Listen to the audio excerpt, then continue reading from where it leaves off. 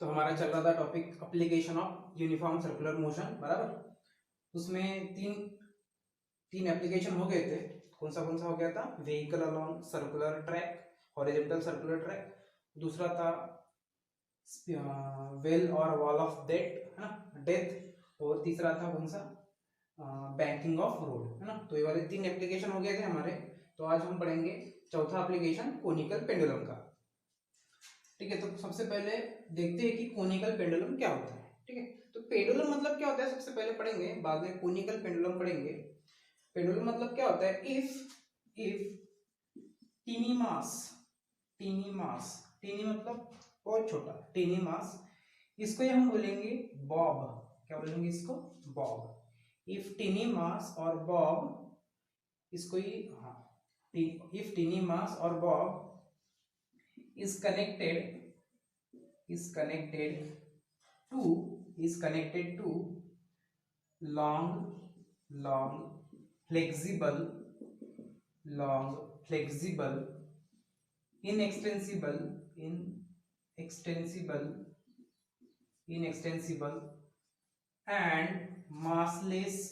and massless string. If tiny mass is connected to a long, flexible, inextensible, massless string,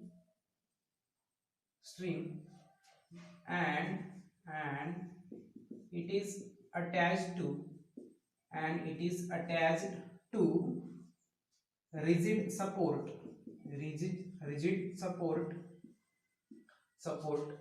then it is called as pendulum. ठीक है, मैंने conical pendulum नहीं बोला है, simple pendulum बोला है ना।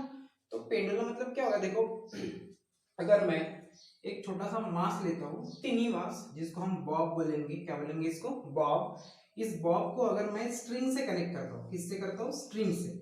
लेकिन स्ट्रिंग कैसे होनी चाहिए हमारी? लॉन्ग, बहुत लंबी होनी चाहिए, है ना। उसके बाद क्या होनी चाहिए? फ्लेक्सिबल, है ना, मतलब ऐसे रिजिड नहीं होनी चाहिए, फ्लेक्सिबल होनी चाहिए, उसको वाक आना चाहिए बराबर।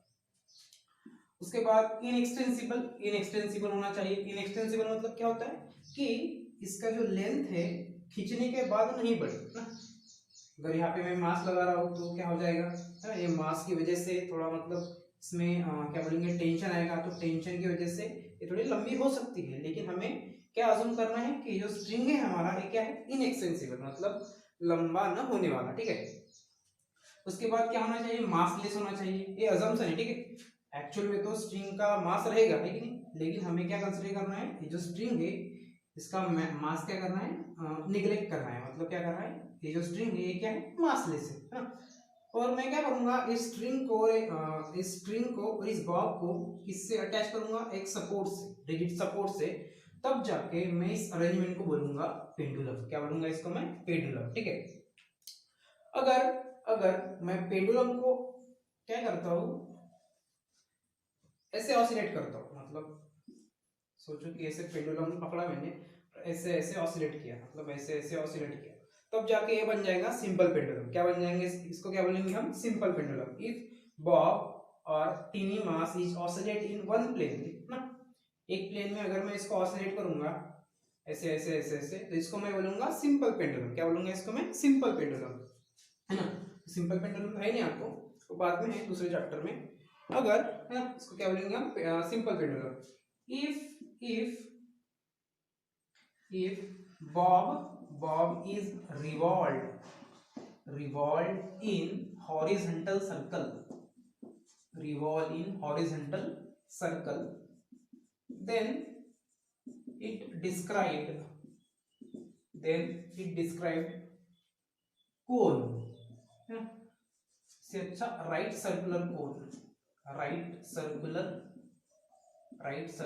कोन, है ना। then it is called as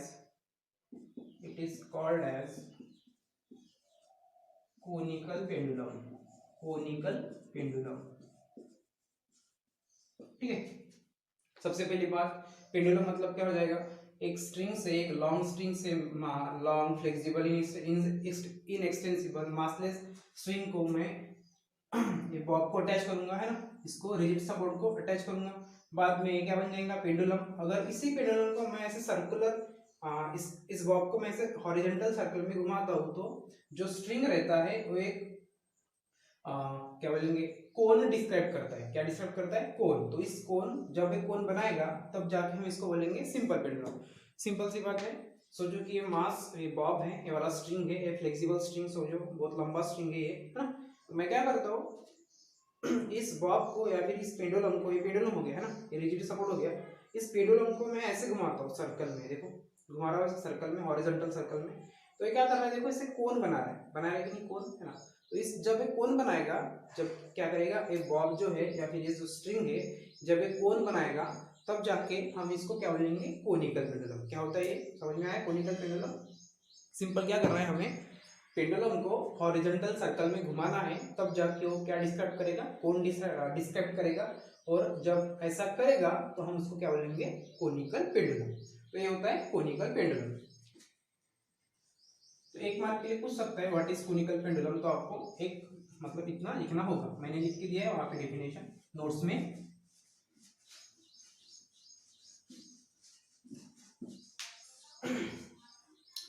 उसके बाद यस, इस पे तो पहला एक मार्क का क्वेश्चन ऐसे बनेगा, व्हाट इज कोनिकल पेंडुलम, ठीक है। और इस पे लंबा जो क्वेश्चन बन सकता है, ऐसे बन सकता है question, what is period of conical pendulum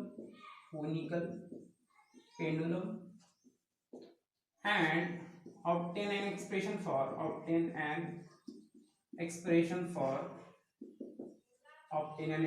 for period, है ना।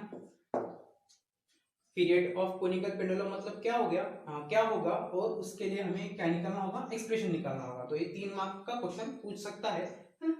या फिर ऐसे भी पूछ सकता है, obtain an expression for period of conical pendulum, या फिर obtain an expression for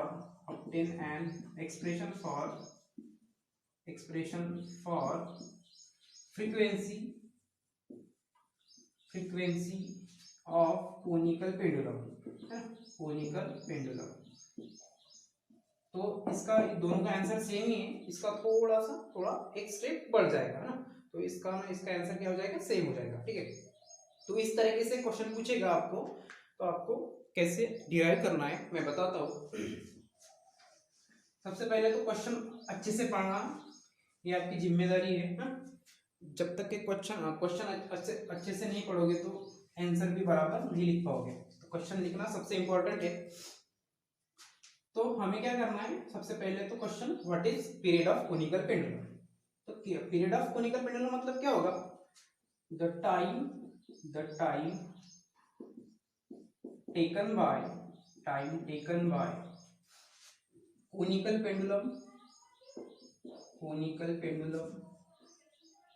pendulum या फिर time taken by bob to complete one revolution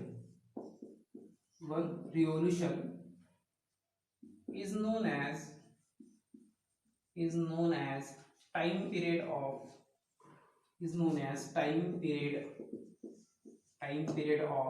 conical pendulum।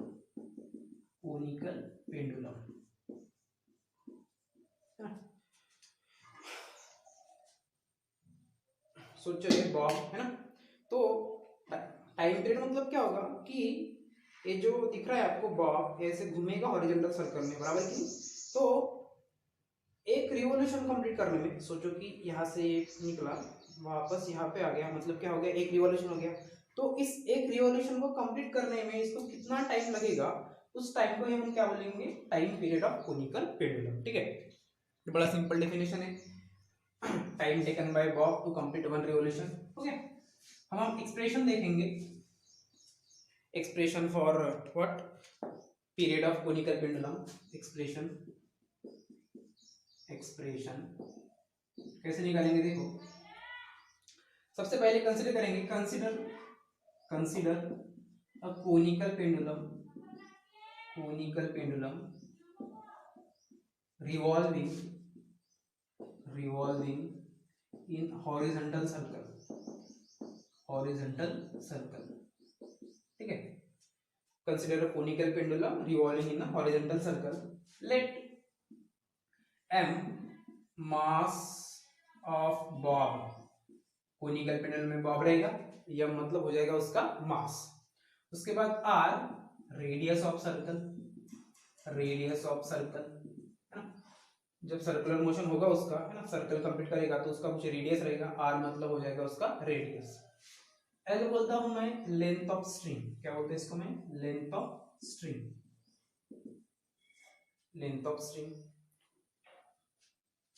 देखो कैसे रहेगा कोनिकल पेंडुलम, ऐसे सपोज ये हो गया मेरा स्ट्रिंग, है ना,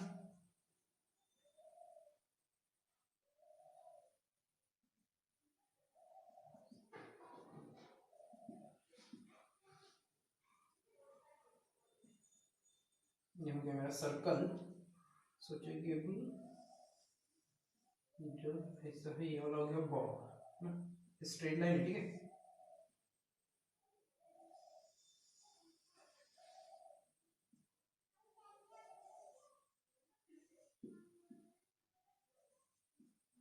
ये हो गया रेडियस सर्कल का, बराबर। इसको मैं ए नाम देता हूँ, इसको मैं बी नाम देता हूँ, और सेंटर को क्या नाम देता हूँ, सी, ठीक है। ये हो गया मेरा कोनिकल पेंडुलम। देखो ये ऐसे घूमेगा इस सर्कल में, ये बॉब है ना। तो एल मतलब क्या हो जाएगा, लेंथ ऑफ स्ट्रिंग, स्ट्रिंग है समझो, ये वाला क्या है, स्ट्रिंग ए बी मतलब हो जाएगा मेरा लेंथ ऑफ स्ट्रिंग। और ए सी को मैं बोलूंगा एक्सियल हाइट ऑफ कोन, ठीक है। और यहाँ पे थीटा रहेगा, थीटा मतलब हो जाएगा semi vertical angle of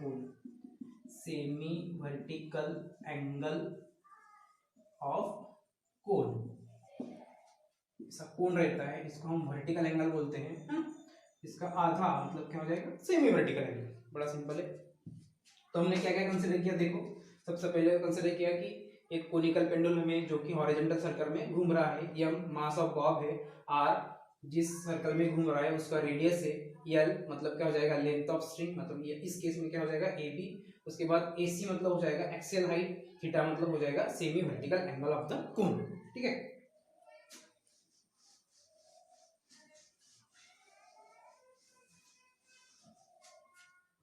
Now forces acting on Bob. अब हम देखेंगे कि इस बॉब पे कौन से फोर्सेस एक्ट हो रहे हैं। सबसे पहला फोर्स तो रहेगा इस बॉब का वेट, क्या रहेगा, बॉब का वेट, मतलब पहला फोर्स रहेगा वेट ऑफ बॉब, बराबर, वेट ऑफ बॉब mg, ठीक है। और दूसरा जो फोर्स रहेगा वो रहेगा टेंशन इन द स्ट्रिंग, क्या रहेगा, tension in the string T0। दूसरा रहेगा tension in the string T0, है ना। टेंशन तो आएगा ही ना, स्ट्रिंग है, ऐसे ऐसे घूमेगा तो एकदम टाइट होगा, तो मतलब क्या आएगा, इसमें टेंशन आएगा। तो tension in the string T0 which is directed towards the support, ना, इसका डायरेक्शन इधर रहेगा। टेंशन कॉम्प्रेशन आपको पढ़ना है तो एक चैप्टर है इलास्टिसिटी करके, वहां पे आपको पूरा इसमें ये वाला डिटेल में पढ़ने को मिलेगा। आया समझ में। तो फोर्सेस एक्टिंग ऑन बॉब, कौन से फोर्स एक्ट होंगे इस बॉब पे। पहला फोर्स रहेगा mg जिसका वेट, और दूसरा फोर्स कौन सा रहेगा, इसका टेंशन इन द स्ट्रिंग मतलब T0, ओके। अब मैं क्या करता हूं, resolving T0 into two components, मैं इस T0 को दो कंपोनेंट में रिजॉल्व करता हूं। तो एक कंपोनेंट हो जाएगा वर्टिकल कंपोनेंट, जिसको मैं बोलूंगा ये हो जाएगा थीटा, ये वाला थीटा रहेगा तो ये भी क्या हो जाएगा थीटा, अल्टरनेट एंगल, ये हो जाएगा T0 cos थीटा, बराबर। और एक हॉरिजॉन्टल कंपोनेंट रहेगा जिसको मैं बोलूंगा T0 sin थीटा, है ना। ये हॉरिजॉन्टल कंपोनेंट क्या हो जाएगा T0 sin थीटा, और वर्टिकल कंपोनेंट क्या हो जाएगा T0 cos थीटा। तो T0 cos theta vertical component और T0 sin theta is equal to क्या हो जाएगा हॉरिजॉन्टल कंपोनेंट। आया समझ में? उसके बाद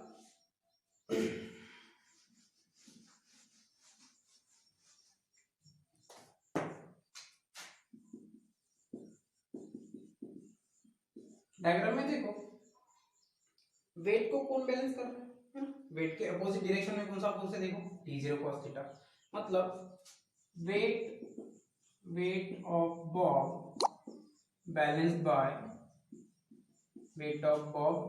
bye vertical component of T0 है ना, मतलब टेंशन इन द स्ट्रिंग का जो वर्टिकल कंपोनेंट रहेगा, मतलब T0 का जो वर्टिकल कंपोनेंट रहेगा वो किसको बैलेंस करेगा, वेट को। मतलब क्या हो जाएगा mg is equal to T0 cos theta. इस इक्वेशन को नंबर नाम दो a, ठीक है। अब दूसरी बात, जो सेंट्रीपिटल फोर्स देखो सेंटर की डायरेक्शन में रहता है, बराबर कि नहीं, सेंटर की डायरेक्शन में, तो जो नेसेसरी सेंट्रीपिटल फोर्स है वो कौन प्रोवाइड करेगा, horizontal component of tension in the string. Therefore क्या हो जाएगा necessary centripetal force CPF is provided by horizontal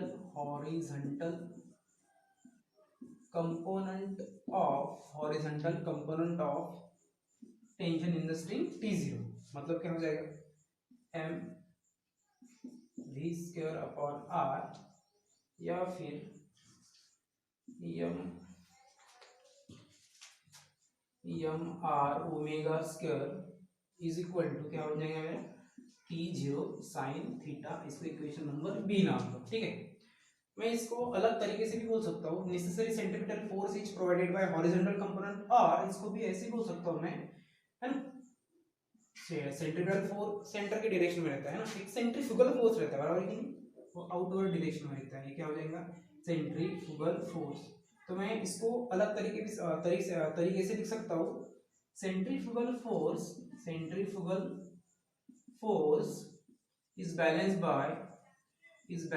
bye क्या बोल सकता हूँ हॉरिजॉन्टल कंपोनेंट ऑफ टेंशन, मतलब T0 sin थीटा। मैं ए लिखता हूँ या फिर ए भी लिखता हूँ तो चलेगा, ठीक है। तो आप दोनों तरीके से लिख सकते हो, एक ही तरीका लिखना, दोनों के दोनों नहीं लिखना, ठीक है। फालतू स्टेप्स बढ़ती है। इक्वेशन ए, इक्वेशन बी। इक्वेशन ए क्या था मेरा, mg इज इक्वल टू क्या था T0 cos थीटा था, बराबर, इक्वेशन ए था। उसके बाद यम आर ओमेगा स्क्वायर था, ये मेरा दूसरा इक्वेशन था T0 sin थीटा, इसको इक्वेशन नंबर बी नाम दो, ठीक है।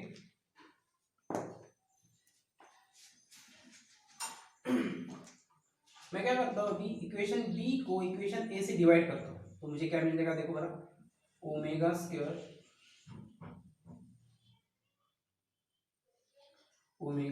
इज इक्वल टू क्या मिल जाएगा रे, हाँ, omega square r upon g is equal to मिल जाएगा मुझे sine theta upon tan theta.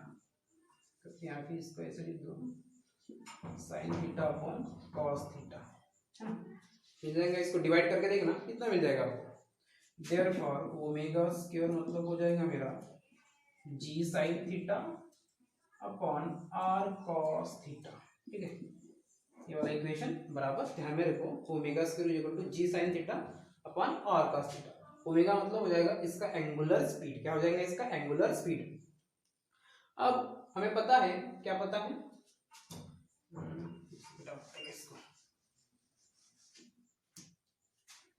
Omega square is equal to क्या था g sine theta upon r cos theta, बराबर।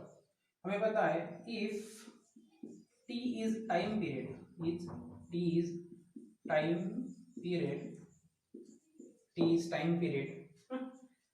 then omega is equal to क्या होता है 2 पाई बाई टी होता है। Therefore t is equal to क्या हो जाएगा ओमेगा अपॉन 2 पाई, है कि नहीं। ओमेगा अपन क्या हो जाएगा 2 पाई, ओमेगा टी इक्वल टू हो जाएगा 2 पाई बाय ओमेगा, ठीक है। क्या हो जाएगा T equal to 2 pi by omega. अभी ओमेगा का वैल्यू यहाँ से पुट करो यहाँ पे, तो क्या बन जाएगा देखो जरा, T is equal to omega square का वैल्यू इतना है, तो ओमेगा का वैल्यू कितना आ जाएगा अंडर रूट हो जाएगा, मतलब क्या हो जाएगा 2 पाई 1 अपॉन, मैं ऐसे लिख सकता हूँ g sine theta upon r cos theta, मतलब क्या हो जाएगा देखो t is equal to 2 pi, इसको ऊपर लेके जाओ, मतलब क्या हो जाएगा r cos theta upon g sine theta, ये वाला हो जाएगा अंडर रूट में। तो ये वाला इक्वेशन बन जाएगा हमारा टाइम पीरियड का। और इसको बढ़ाऊंगा मैं आगे तो क्या हो जाएगा देखो,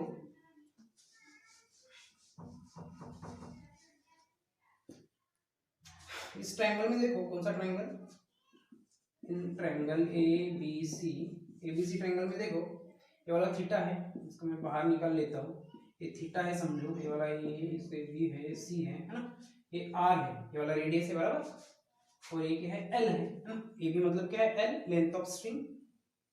तो अगर यहाँ पे मैं साइन थीटा लगाता हूँ, क्या लगाता हूँ साइन थीटा है ना, ये तो परपेंडिकुलर है हाइपोटेन्यूस हो गया, तो साइन थीटा लगाने का क्या हो जाएगा अपोजिट अपॉन हाइपोटेन्यूस, मतलब क्या हो जाएगा आर अपॉन एल हो जाएगा, देयरफॉर आर मतलब क्या हो जाएगा एल साइन थीटा हो जाएगा, एल साइन थीटा है ना। अगर यहाँ पे मैं आर की जगह एल साइन थीटा पुट करता हूँ तो क्या मिलेगा देखो हमारा मुझे, T is equal to R की जगह मैं क्या पुट करता हूँ एल साइन थीटा, तो ऊपर वाला एल साइन थीटा और नीचे वाला ऊपर वाला साइन थीटा और नीचे वाला साइन थीटा कैंसिल हो जाता है। आप पुट करके देखना यहाँ पे, मैं शॉर्टकट में लिखता हूँ तो मुझे टी मिल जाएगा 2 pi under root of l cos theta upon g, तो ये वाला इक्वेशन रहेगा किसका, किसका इक्वेशन रहेगा ये, time period of conical pendulum, ठीक है।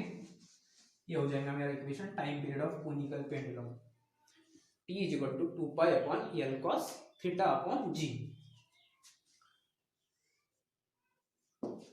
और अगर मुझे फ्रीक्वेंसी निकालना है, क्या निकालना है फ्रीक्वेंसी, तो simple frequency of rotation, frequency मतलब होता है n इज इक्वल टू होता है 1/t, होता है कि नहीं 1/t, ये मैंने बहुत बार बताया। फ्रीक्वेंसी मतलब हो जाएगा 1/t, देयरफॉर फ्रीक्वेंसी का इक्वेशन क्या आ जाएगा इसमें, उसको उल्टा कर लो, मतलब हो जाएगा 1/2 पाई जी, क्या हो जाएगा एल कॉस थीटा, है ना। तो ये वाला इक्वेशन आ जाएगा मेरा फ्रीक्वेंसी का, इक्वेशन नंबर सी नाम दे दो, इसको डी नाम दे दो, सिंपल है। अगर फ्रीक्वेंसी निकालने को बोला है तो यहाँ तक के निकालना, टाइम पीरियड निकालने को बोला है तो यहाँ तक के निकालना पड़ा, बराबर। अब थोड़ा इसके केसेस बनाते हैं, थोड़ा आगे बढ़ते हैं।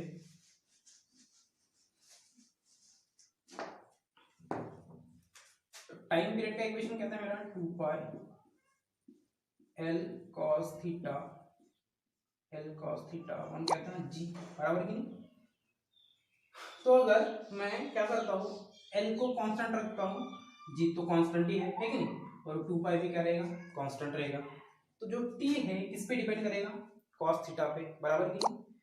सोचो अगर मैं थीटा का वैल्यू 90 डिग्री करता हूँ, कितना डिग्री 90 डिग्री, बराबर, तो कॉस 90 क्या हो जाएगा, कॉस 90 होता है 0, बराबर की नहीं। तो टाइम पीरियड कितना हो जाएगा 0, बराबर। अगर टाइम पीरियड 0 हो गया तो फ्रीक्वेंसी कितना हो जाएगा 1/t, मतलब 1/0 मतलब कितना हो जाएगा इन्फिनिटी हो जाएगा, है कि नहीं, बराबर कि नहीं। तो ये पॉसिबल है क्या, देखो ये पॉसिबल है क्या, केस पॉसिबल है ही नहीं, क्यों पॉसिबल नहीं है देखो बरा।